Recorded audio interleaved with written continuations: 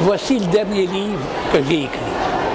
Il s'agit de l'histoire d'un oiseau qui se cherche un chez lui. Et j'ai décidé, en racontant l'histoire de cet oiseau, voici son territoire,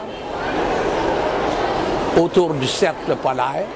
Le garrot d'Islande a plafonné là-bas, à 2000.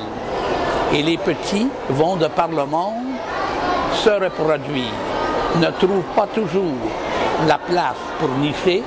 Et nous avons lancé une croisade pour les aider à se reproduire en posant des maisons dans la nature.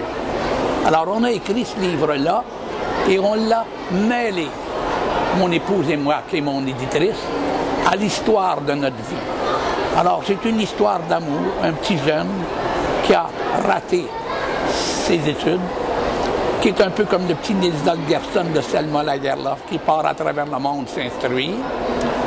Il part aux chiens écrasés dans les journaux. Puis voici comment il finit un jour son envolée. Allez-y. Je vous lirai un seul petit paragraphe qui se lit un peu ainsi. Au lendemain, quand on le retrouva pétrifié tel une statue de marbre, faisant un pied de nez à la bêtise humaine, son visage reflétait une absolue sérénité. Une larme avait perlé sur chaque joue. Il y avait gelé pour façonner 2 diamants d'une éphémère brillance. Riait-il aux larmes d'avoir finalement appris le prix de la vie? Avait-il accepté de partir pour ce qu'il envisageait comme un monde idyllique? Et après avoir enfin libéré ses proches de la corvée qu'il leur imposait en encombrant le plancher, il n'avait plus aucune mission à remplir ici-bas, à accomplir ici-bas.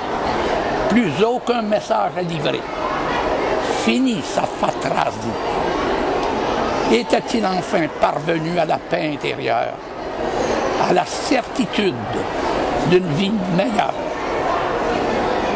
qui renaît de ses cendres?